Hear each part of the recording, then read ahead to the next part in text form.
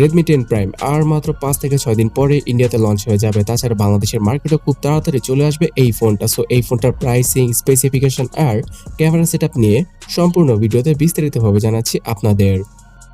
Redmi 10 Prime স্মার্টফোনটাতে use করা হবে একটি ফুল এইচডি প্লাস রেজোলিউশনের 90 হার্জের ডিসপ্লে, আর এই ডিসপ্লে প্যানেলটা হবে এলসিডি প্যানেলের।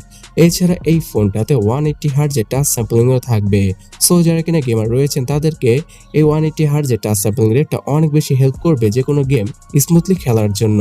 তার সাথে সর্বোচ্চ 600 নিটসের পিক ব্রাইটনেস আর HDR10 এর সাপোর্ট থাকবে Redmi 10 স্মার্টফোনের ডিসপ্লেতে।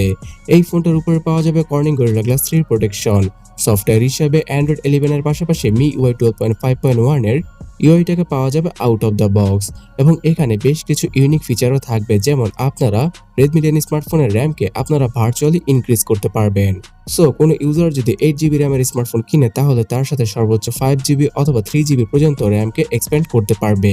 সো LPDDR4X এর 4GB, 6GB আর 8GB র্যামের ভার্সনের সাথে আসতে পারে Redmi 10 Prime স্মার্টফোনটা। এছাড়া এখানে eMMC 5.1 এর 128GB ইন্টারনাল মেমোরিও থাকবে ডেডিকেটেড সিম স্লট, যার মাধ্যমে কিনা দুটি সিমের পাশাপাশি একটা এসডি কার্ডও ইউজ করা পসিবল হবে। মিডিয়াটেকের নতুন G88 প্রসেসরটাকে ইউজ করা হবে Redmi 10 Prime স্মার্টফোনটাতে। আর এই জন্য যারা কিনা কম বাজেটের মধ্যে গেমিং স্মার্টফোন খুঁজছেন তাদের জন্য Redmi 10 Prime স্মার্টফোনটা বেস্ট একটা গেমিং স্মার্টফোন হতে যাচ্ছে, বিকজ মিডিয়াটেকের G88 প্রসেসরটা আসলে একটা গেমিং প্রসেসর, আর এখানে এই প্রসেসরটার জন্য পাবজিতে 40 FPS এর মতো আউটপুট পাওয়া যাবে। এছাড়া ফ্রি ফায়ার গেমটা হাই গ্রাফিক্সে রেখে প্লে করা পসিবল। আর যারা কিনা রেগুলার ইউসেজের জন্য এই ফোনটা কিনবেন তাদের জন্য তো বাজেট অনুযায়ী একটা কিং স্মার্টফোন হতে পারে Redmi 10 Prime স্মার্টফোনটা, বিকজ এখানে 4GB, 6GB আর 8GB র্যামের ভার্সন যেহেতু আছে। Redmi 10 Prime ইউজ করা হবে 50 মেগাপিক্সেলের স্যামসাং এর একটা কাস্টম সেন্সর, আর এই সেন্সরটার অ্যাপারচার এবং পিক্সেলগুলো অনেক বড় হওয়াতে যখন কিনা Redmi 10 Prime ছবি তোলা হবে তখন ছবিগুলো অনেক বেশি ডিটেলস ক্যাপচার করতে পারবে। এছাড়া dynamic range, white balance maintain করে ছবি তোলার জন্য এই ফোনটার ক্যামেরা অ্যাপে বিশেষ অ্যালগোরিদম ইউজ করা হবে। আর এই ফোনটার অন্য তিনটা ক্যামেরা সেন্সর হচ্ছে গিয়ে 8 মেগাপিক্সেলের আল্ট্রা ওয়াইড, 2 মেগাপিক্সেলের ম্যাক্রো আর ডেপথ, যেগুলো কিনা হয়তো আপনারা কেউ ইউজ করবেন না। এছাড়া ফোনটার ফ্রন্টে পাওয়া যাবে একদম ডিসেন্ট কোয়ালিটির অর্থাৎ অ্যাভারেজ কোয়ালিটির 8 মেগাপিক্সেলের সেলফি ক্যামেরা।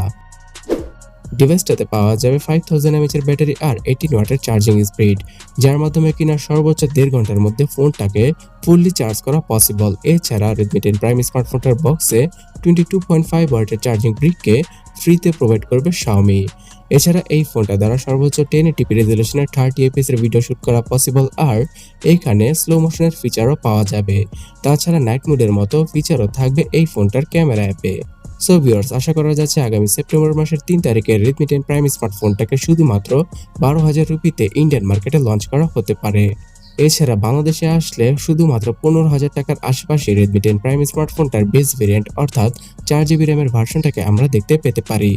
আর আপনি যদি একটু খেয়াল করে দেখেন তাহলেই বুঝতে পারবেন যে এই ফোনটা কিছুদিন আগেই মালয়েশিয়াতে লঞ্চ হয়ে যাওয়া Redmi 10 স্মার্টফোনের একটা রিব্র্যান্ডেড ভার্সন, যেটা কিনা ইন্ডিয়াতে Redmi 10 Prime নামে লঞ্চ করা হবে।